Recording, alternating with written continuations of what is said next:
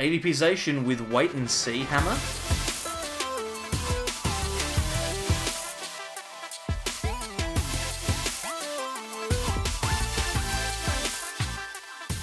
Welcome back, everyone, to more from the Sableyes. I'm Mitch, and today I've got the headphones on, which means I'm going to be talking to someone. In a minute, we're going to have a chat with Jordan to talk about his ADP Zacian list and played Wait and See Hammer. So I think, without making him wait any longer, we'll get him in and we'll talk about that ADP Zacian list. How are we doing, Jordan? Not too bad, thank you, Mitch. It was a pretty fun weekend for me. Yeah, exactly. Well, I've already talked at length about Henry's deck choice for this weekend, and yours is slightly easier to talk about. Yours is ADP Zacian, but obviously the big card that we want to talk about today is Wait and See Hammer, which we can use if we go second to discard an energy from one of our opponent's Pokemon. Now, what's the logic behind this, Jordan? Obviously, discarding energy is good, but why are you playing a card that's dead 99% of the time? Yep, it's certainly not a card that I would recommend playing too often. It's not a card that I've ever thought that I would have played at a tournament, let alone a regional championship. But here we are. This is basically the one contribution you could say that I made to this deck, the one spicy card that I added, and obviously the main draw to this card is going second in ADP mirrors is usually pretty bad.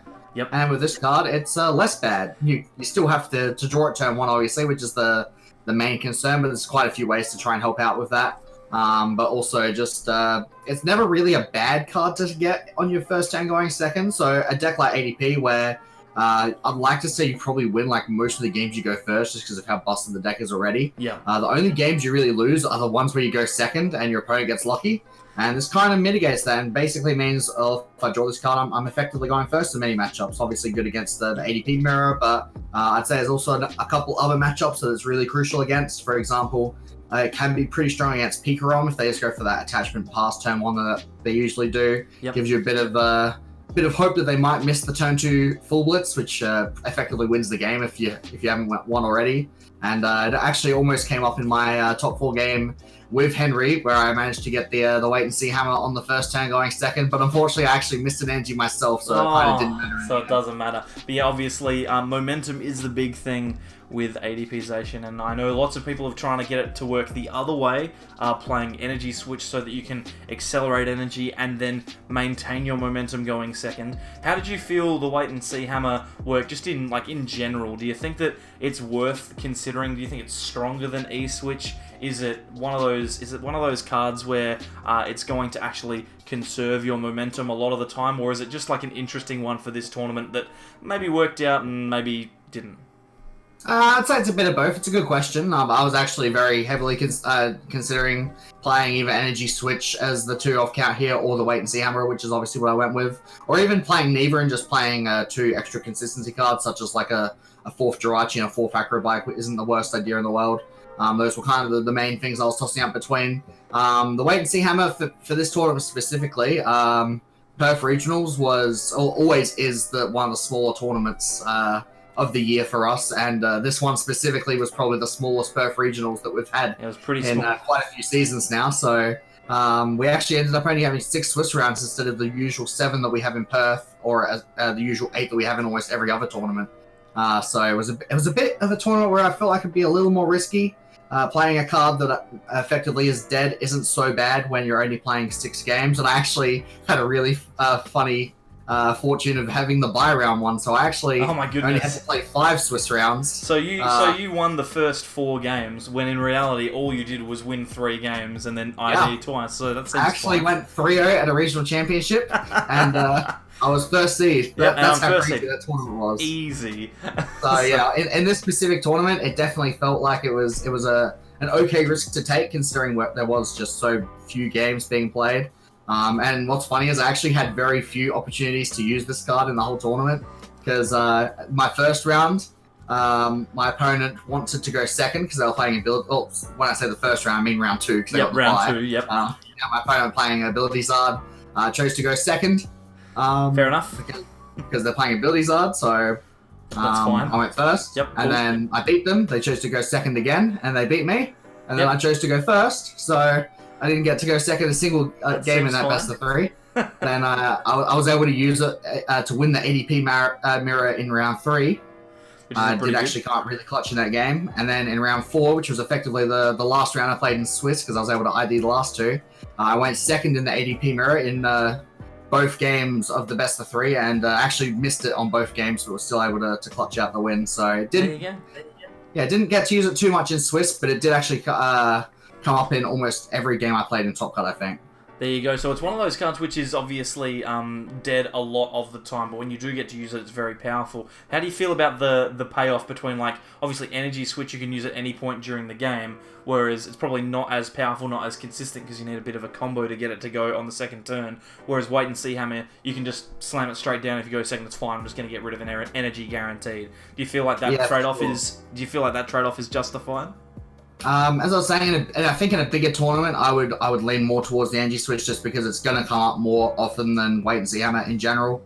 But for this smaller tournament, effectively the logic and ultimately the main reason why I chose to go with the Hammer instead of the Energy Switch is if I draw the Energy Switch on my first turn going second, that's not the only card I need for it to pay off. I need to find the Metal Patch, the Energy in the discard pile, obviously the Energy Switch to switch onto the ADP. Like, it's a whole combination of cards that I need for that Energy Switch to actually swing the matchup back into my favor. Whereas the Wait and See Hammer, I just need to draw it. I just need to get it at some point on the first turn, attach an energy to ADP, and that's a perfectly fine turn for me. So the Energy Switch, a little harder to pull off, specifically for the purposes that I was looking for these two slots to fulfill. Obviously, it's a bit more universal and obviously a much stronger card in general, which is going to pay off in a bigger tournament. But specifically for this smaller Perth Regionals, the Wait and See Hammer was a bit of an easier combination of cards to pull off, being literally one card. So yeah, exactly. Ended up working out, I think, better than Energy Switch would have in this tournament. I think that's fair. And with things like Acrobike, Professor's Research, and the one copy of the Dedenne as well, it's not actually unreasonable for you to find that Wait and See Hammer, because it's a 1 in 30 chance of getting the card, right? Because you've got 2 in 60. So I have actually just noticed there's a small error in the deck this year. I actually played the second Dedenne-GX instead of the fourth Jirachi, so we can quickly make that. I'm sorry, I didn't notice. The arts are wrong. The arts are wrong. Let me fix them all up. That's fine. We can fix it up.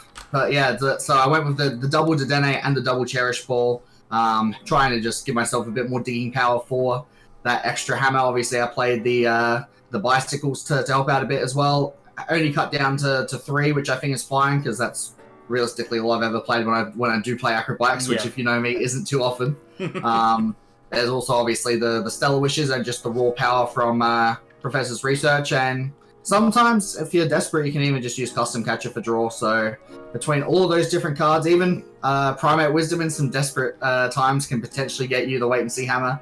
And I actually had a really tough call to make in my top 4 match against Henry, where I dug through I want to say 20 to 30 cards trying to get that energy attachment and onto the ADP and the Wait and See Hammer, because I knew that if I didn't get both those things, I was probably going to lose. I was down to my last way to dig. I had nothing but a Stellar Wish and a Primate Wisdom left to go, and I had neither card in my hand. I Stellar Wished. I found both the Energy Spinner and the Wait and See Hammer that I needed to pull off the perfect turn. So I decided to play it risky. I went for the Wait and See Hammer, knowing that I had about 9 or 10 cards I could hit with the Oranguru to get that attachment, whereas if I'd got the energy, then the chances of Oranguruing into the hammer is quite a lot lower, obviously. So, yeah, for sure. Ended up going for the risky play, getting that Wait and See Hammer, and then hoping to Primate Wisdom into my attachment, which unfortunately didn't pay off for me. It ended up being a pretty close game overall. That's all right. That's fine, I guess. You can live with that. Apart from that card, I mean, the list is a generic ADP Zacian list. We don't need to go into it too much.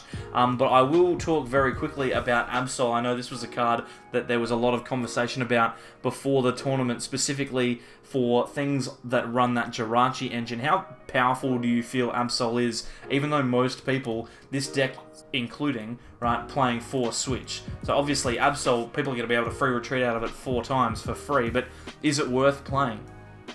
I think it is 100% worth playing, and obviously I had room for 1 tech slot for the Pokemon line, because I don't think I would ever cut a Oranguru in this specific engine of the list, especially with the hammers. I would never try and cut down on that Oranguru. So the Absol is theoretically the only moving tech slot that's an option for this list, in my opinion. I think it's by far the most powerful. Even in a small tournament like I played, this card came up at least 2 or 3 times in the 5 or so rounds that I actually played at the event. So I think it's by far one of the best techs. The other main one that I was tossing up between. I really want to fit in the Cryogonal because I think the Cryogonal kind of fixes two of the matchups that I'm a little scared of with this deck, being some builds of Control or Mill, and of course that Baby Blacephalon deck, which the Cryogonal can be very powerful in.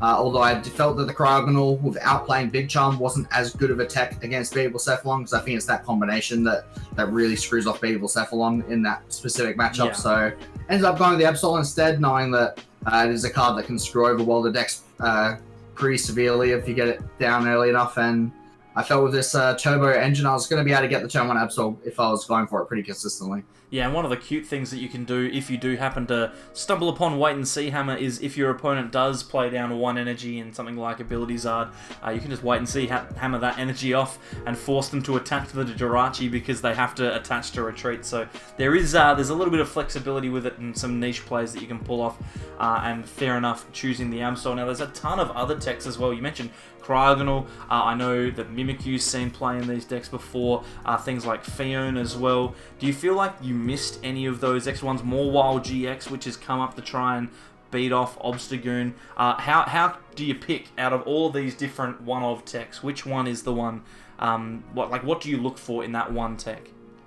Yeah, it's theoretically you'd like to fit in more than one, right? And that's probably what the Wait and See Hammers would usually be. It's like you could just cut the 2 Wait and See Hammers from lists, and all of a sudden the list is playing a Cryogonal and a Morwild, or maybe the Fion. Fion's definitely a card that I was a big fan of when I played ADP at the International Championship, so definitely a good card in this deck, but ultimately I feel like it's not super required. You could also play a couple extra Gust cards, like a lot of people at Perth Regionals were playing the 4 custom catchers, the 1 Great Catcher, and as well 2 or 3 Pokemon Catcher to just give yourself that little bit extra Gust, especially since Gust is one of the more important things to help try and win that mirror match. But Absol to me, I think, was the most important one, and I think from memory, after seeing all of the ADP lists that made top 8, I think Absol was the one card the one tech card that was featured in every single list. So it seems like most of the top players seem to agree that Absol was one of the better cards to play at the moment. Yeah, I think that's a fair statement to make as well. Now, obviously, we're going to take this onto the ladder in just a moment, but before we do that, the list that we've currently got seems to be settling as the default kind of 58, 59 cards, or maybe 57 if you don't include the Wait and See Hammer cards. So 57 card lists, let's say. Do you think, apart from playing Ultimate Mewtwo and being Henry, that this is a deck that's beatable in Standard without having to shift your strategy to purely beat ADP Zacian? Yeah, it's really tough, hey, because just looking at the results so far, this deck is obviously, it's one of the most dominant performances from a single deck that we've seen in the last few years, I'd like to say, ever since like maybe the Night March or Seismitoad days. I feel like we haven't seen a performance so dominating from one deck, especially this early in a tournament. Usually it takes quite a few bumps for the format to be so defined, but we're still in the first few weeks of this format. The IC, which was the first tournament of this format, was only about a month ago now, so this is pretty early for this format to be this defined and be so in control. There were actually 20 total ADP players at Perth Regionals. There were 59 players total, so it was about a third of the field. Yep, so and 1 in 3. Yep, and of those 20 ADP players, 11 of them were in the top 16, which is pretty crazy conversion rate. Yeah, that's really high. So yeah, it definitely looks like you basically either need to play this deck or you need to aim to beat it. But I don't think it's quite as dominant as some of those decks I mentioned earlier in their respective formats. It definitely feels like this deck is really consistent and really powerful. It's got a really nice balance between the two, but I don't think it's the most consistent deck, and I don't think it's the most powerful deck. It's just got the perfect balance of the two. So decks like Baby Blacephalon and Ultimate Mewtwo obviously have pretty good outs to beating this deck. And it really just depends on what techs you end up playing in this deck, because it is a little bit versatile considering how high the skeletons reach. As you were saying, 57 cards. Those 3 cards that you choose from can drastically affect your matchups. For example, playing a Cryogonal can very easily just make the Baby Blacephalon matchup super winnable or even favored, I would say. You can easily play other cards such as the Oranguru, which we saw Tord play at the Malmo Regional Championships to swing mill matchups.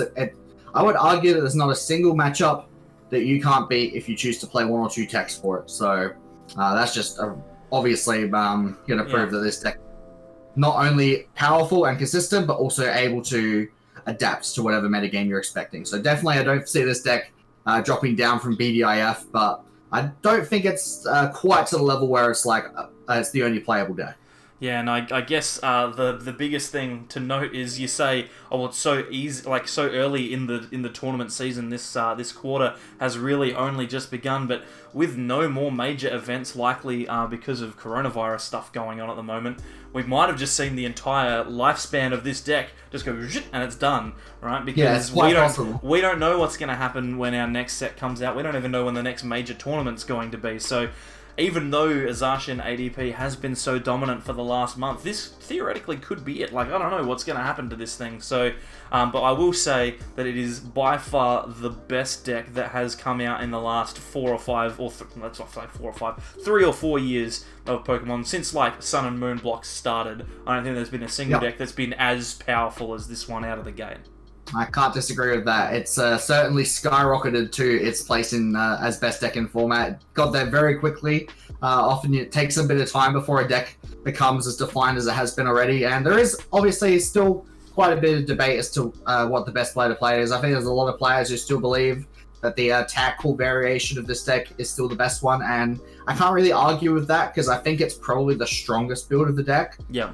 Just a little bit slower, a little less consistent maybe, but there's a lot of cards that deck is able to fit in, a lot of things it's able to do with the list that makes me a little jealous I'm not able to fit some of the cards that they're playing. But hey, I chose to waste spots on Wait and See Hammer, so I can't complain too much. Yeah, exactly. You've got just enough inconsistency in here. Anyway, let's take it onto the ladder now. I think we're going to try and find a game where we actually get to go second, Jordan. So that will be interesting because we want to show off the way that the deck actually works. So we want to use Wait and See Hammer. So hopefully we can find one. We'll take a look at it now.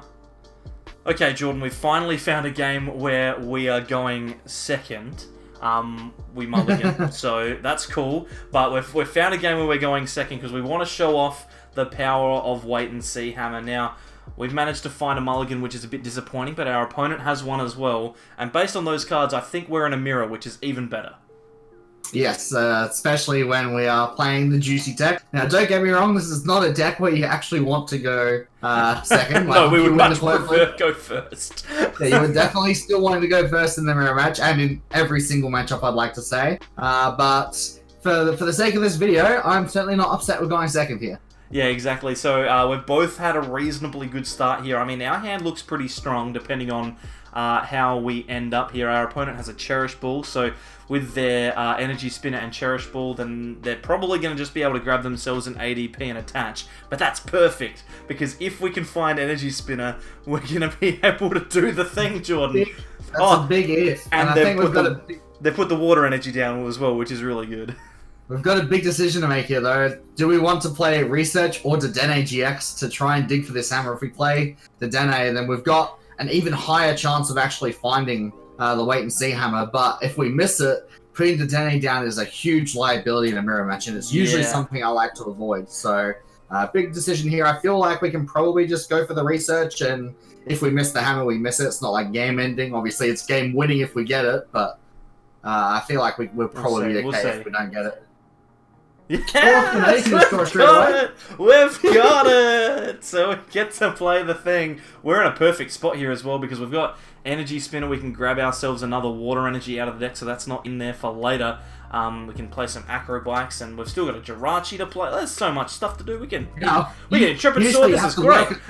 You usually have to work a little harder to find it, but we actually just straight got it there, which is makes our lives a little easier at the very least. Our opponent, they're also probably not expecting to see Wait and See Hammer, so losing one of their probably precious water energy. A lot of lists at the moment, including my own, is only playing 2 water energy, which we see both of them in our hand right now. If our opponent only plays 2 water energy, their second one could just be prized, and the game's almost over. Yeah, exactly. So we're in a pretty good spot now. I mean, I got a little bit crazy with playing cards there. We're going to get punished pretty hard by this Marnie. Probably didn't need to play the Energy Spinner just then, but that's okay. I just got excited because I got to play Wait and See Hammer. They do pretty exciting. They do have an attachment on the ADP, but they're a turn behind, which is exactly what we want. the Marnie coming out here. And hey, we've got ourselves Jirachi in the active, so we're all set. We probably could have attached the Escape Board as well, but this isn't a bad hand to draw into either. Oh, no, not at all. I mean, we do have to... The biggest problem is we have to try and draw a water energy, and we know exactly where they are. Yeah, we do. And it's not at the top of the deck. They are on the bottom, so I guess there could be an argument here to Stellar Wishing before we use Professor's Research, just because that way we'd be able to shuffle, although then we're less likely to find ourselves the Energy Spinner, which we could potentially grab off of a Jirachi. So, I mean, well, this Cherish Ball would probably do the job anyway. That allows us to shuffle real easy. Yeah, that's fine. Usually I would say there's a good argument for Stellar Wishing right now, and then switching into... Oh, we're not going to Stellar Wish at all, apparently. Forget it. Just move on. It's fine. We're not immediately punished for it. It's going to be fine. I mean, we've still got an Acrobite. Because we don't have... That's alright. We got the spinner anyway. We got the spinner anyway. Who needs to Stellar Wish when you can just get the card you need off an Acrobite, right? It's fine. To be fair, we would have missed it, so... Well, yeah, that's true. If we'd actually used Stellar Wish, there's a good chance that we probably would have actually missed that Energy Spinner, because that deck would have been shuffled. Terrible logic to try and justify a missed one. Super flawed. Super flawed. Worked out for us. But like I said, I'm still just excited, right? We've got the Altered Creation off, we have no right to do so, and we're in turn in front going second because of the wait and see hammer, so that's fantastic. Our opponent now in a really awkward spot. They do have Energy Spinner, so if the water energy is in deck, they'll be able to grab it here, and they'll be able to Altered Creation, but I mean, we're a turn in front, so we're still in a really, really positive position. We can Professor's Research and attach an energy. We've got pretty much everything we need. It's going to be a bit of a disappointment to get rid of this custom catcher, but our opponent having to play a switch here to get into their ADP is really, really good. Now, we might just be in a spot here where we can take a knockout next turn if all the cards fall our way. Yeah, if we can pull off a Brave Blade into this ADP, it's almost game-ending. It's not quite game-ending because we could miss Gust for the rest of the game or whatever, but it basically means that our opponent, even with perfect draws, won't be able to beat us if we just get a couple cards that we need throughout the game. So that would obviously be the ideal thing to go for, but top of decking that Metal Saucer there makes it quite a bit less desirable to go for. We see one in our discard pile right there on the top, so there's no Oranguru or anything like that for us. Oranguru on this with this hand would be amazing because we could just put the Metal Saucer on top of the deck, research the Metal away, and it would literally make it almost impossible to miss powering up the Zacian. We'd just have to draw a switch, and we've only used one switch this game, so yeah, probably just safer to attach to the ADP. Even if we just have to half it into our ADP, it doesn't matter as long as we don't bench Dedenne, because our opponent is probably just going to have to do the same thing. Yeah, that's true. Unfortunately, we're seeing the downside of wait and see hammer here, where there is a second copy of it in our deck that's eventually going to get in the way a little bit, but I don't think it's a huge deal right now.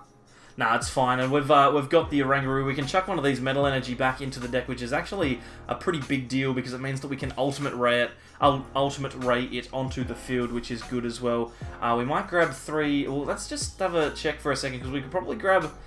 I reckon if we just grab the 2, we're not going to get punished too bad. I mean, obviously the Absol. If they gust up Absol and don't knock us out, then that's a problem. But even then, like if they do gust up Absol and don't knock us out, then they haven't taken any prizes, so it's not the end of the world. And we're going to be able to take 4 prizes on this ADP next time anyway, so we should be fine. It looks like the Pokemon catcher coming out here and the head flip, so we could see a gust on one of our bench Pokemon. The worst case for us would be Zacian getting knocked out. Yeah, if they were to knock out the Zacian there, that'd be really scary. I feel like another thing we probably should have done on that last turn is we probably should have use Ultimate Ray to accelerate Water Energy to that Jirachi on the bench, since our opponent does have Absol in play, so definitely would have been nice to have that as a pivot for when they knock out our Absol. It's a little scary now because they're about to take 2 prize cards, and obviously that brings them down to 4 prize cards, and our ADP, due to that Shrine of Punishment, is going to be very easily knocked out by a Zacian, so we're going to have to be careful of potential catchers. Our opponent's actually going for another Pokemon catcher here. Maybe that means they hit the nuts and trying to actually kill the Zacian this turn instead. Or maybe it means that they don't have energy and need to thin out for that custom catcher because they haven't attached yet, so this could be a big moment. If they miss the energy, then we're in a position where we almost can't lose this game, and the way that this hand is being played out right now, I'm not super confident that they have it. Well, I would agree with you. If they miss the knockout here, we probably... Unless our hand is these 4 cards and we can't get this Absol out of the active. So that's that'll be fine. We've got... There you go, they missed the energy, so we can just Dedenne into a switch anyway. Oh, we just got the escape board off of the top, it's fine.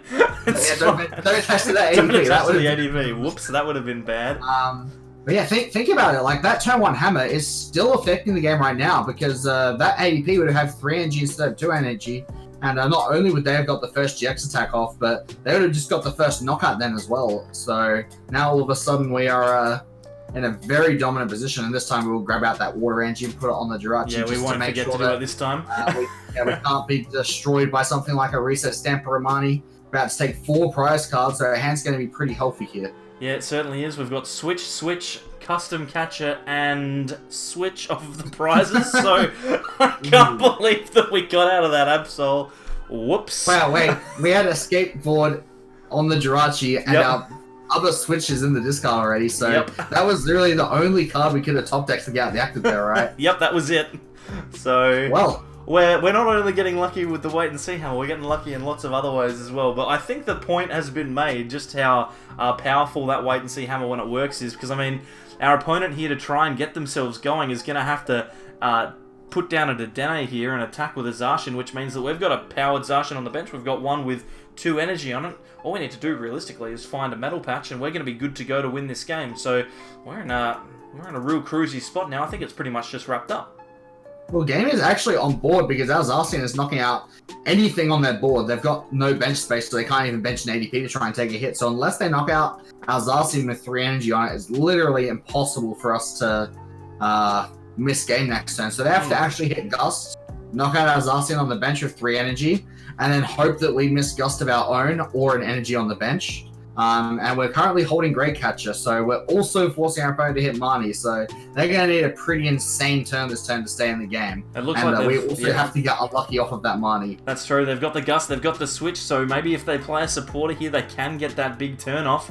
But the supporter they're playing is Research, so that's fine. They can draw 7 cards. That's not going to do it. That means we win the game. That means we win the game, so... Hey, a little bit of luck from us, a little bit of unluck from our opponent in getting wait and see hammered, but... You can, the momentum shift is really noticeable in that matchup. If we had have played any other card, even if we were playing Energy Switch, we wouldn't have been able to do what we did. So to be able to keep up that momentum because of wait and see hammer is really good.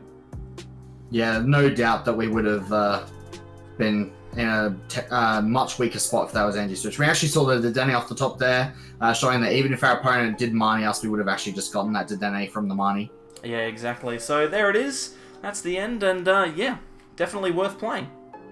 So there you have it. You can see the strength of that wait and see hammer. Obviously, it is a bit of a risky inclusion, but Jordan, I'm sure you'd say in that matchup, if you do get it, it works out pretty well.